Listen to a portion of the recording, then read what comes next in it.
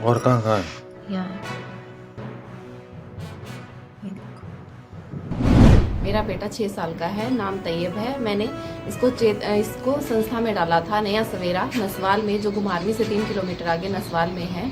मुझे इस संस्था के बारे में 3-4 महीने पहले पता चला, तो मैंने इस संस्था के बारे में पता किया। फिर मैंने इसको अपने बच्चे को वहाँ पे डाला, ताकि मेरा बच्चा जो है थोड़ी एक्टिविटी ज़्यादा करे, बच्चों के साथ थोड़ा सा घुल मिल जाए। लेकिन उनका व्यवहार जो था वो स्टार्टिंग में अच्छा रहा, लेकिन थोड़े टाइम के बाद उनका व्यवहार में परिवर्तन हमें दिख रहा था। लेकिन संडे को अचानक मैं और मेरे हस्बैंड वहाँ चले गए। लेकिन जब बच्चे को मैंने देखा वहाँ पे, तो उसके पूरे मुंह पे निशान थे, नीले निशान थे। उंगलियां जो थी उसकी, मतलब वो स्वेलिंग आ गई थी, उसमें जख्म थे, हर जगह उसमें जख्म थे, और पूरी बॉडी उसकी मतलब नीली पड़ी हुई थी। जब मैंने उनसे पूछा कि ये बच्चे को क्या हुआ है, तो बोला ना ये गिरा हुआ है, ना इसको किसी ने मारा हुआ है। तो मैंने कहा ये नीले निशान कैसे हैं? तो बोला हमें इस बारे में कोई पता नहीं है। बिलासपुर जिला के घुमारवीं क्षेत्र में दिव्यांगों के लिए काम करने वाली एक संस्था पर 6 वर्षीय दिव्यांग बच्चे की पिटाई करने का आरोप लगा है।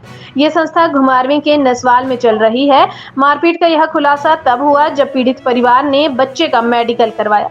पुलिस ने मेडिकल रिपोर्ट के आधार व अभिभावकों की शिकायत पर मामला दर्ज कर छानबीन शुरू कर दी है। बिलासपुर जिला की बामटा निवासी शहनाज पत्नी रफीक मोहम्मद ने पुलिस में शिकायत दी है। उनका कहना है कि ऐसी संस्था के खिलाफ सख्त से सख्त कार्रवाई की जाए। डीएसपी बिलासपुर हेडक्वार्टर मदन धीमान ने बताया कि पुलिस ने मामला दर्ज कर लिया है। दूसरी बात से नहीं बिट्टू, नहीं बच्चे।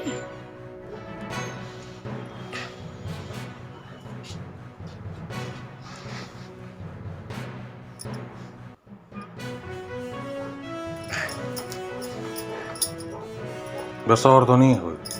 पीठ में निशान है, ये भी स्वेलिंग है सारी। ये नहीं बच्चा, नहीं बच्चा।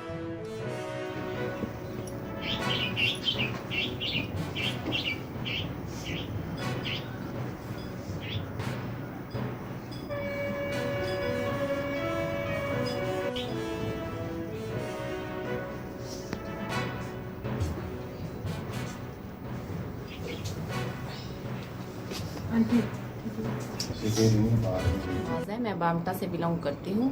मेरा बेटा 6 साल का है, नाम तैयब है। मैंने इसको संस्था में डाला था, नया सवेरा नसवाल में, जो घुमारवीं से 3 किलोमीटर आगे नसवाल में है।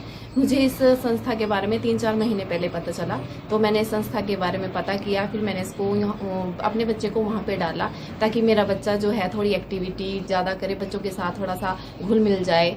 लेकिन उनका व्यवहार जो था वो स्टार्टिंग में अच्छा रहा, लेकिन थोड़े टाइम के बाद उनका व्यवहार में परिवर्तन हमें दिख रहा था। 4-5 दिन पहले उन्होंने हमें बोला कि आपके बच्चे को फीवर है और जुकाम है। तो मैंने सोचा, मैंने कहा आप उनकी छुट्टी फाइल कर दो, हम उसको ले जाएंगे। लेकिन वो डे बाय डे मुझे डिले कर रहे थे। लेकिन संडे को अचानक मैं और मेरे हस्बैंड वहाँ चले गए। लेकिन जब बच्चे को मैंने देखा वहाँ पे, तो उसके पूरे मुंह पे निशान थे, नीले निशान थे।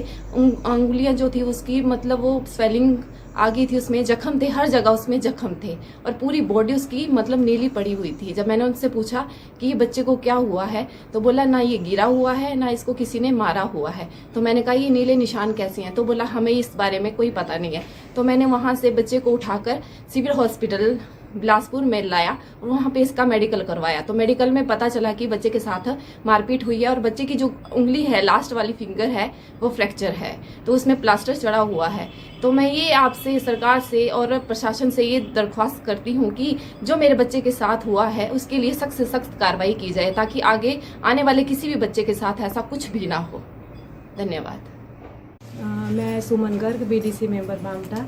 जैसा कि मुझे अभी पता चला, थोड़ी देर पहले फ़ोन पे बताया गया और न्यूज़ में भी पढ़ा कि हमारे बामटा निवासी हैं भैया रफीक, इनका बेटा है 6 साल का, जिसके साथ ये घटना हुई है। इन्होंने अपने बच्चे को वहाँ छोड़ा था, जैसे कि इसकी माँ ने जानकारी दे दी है।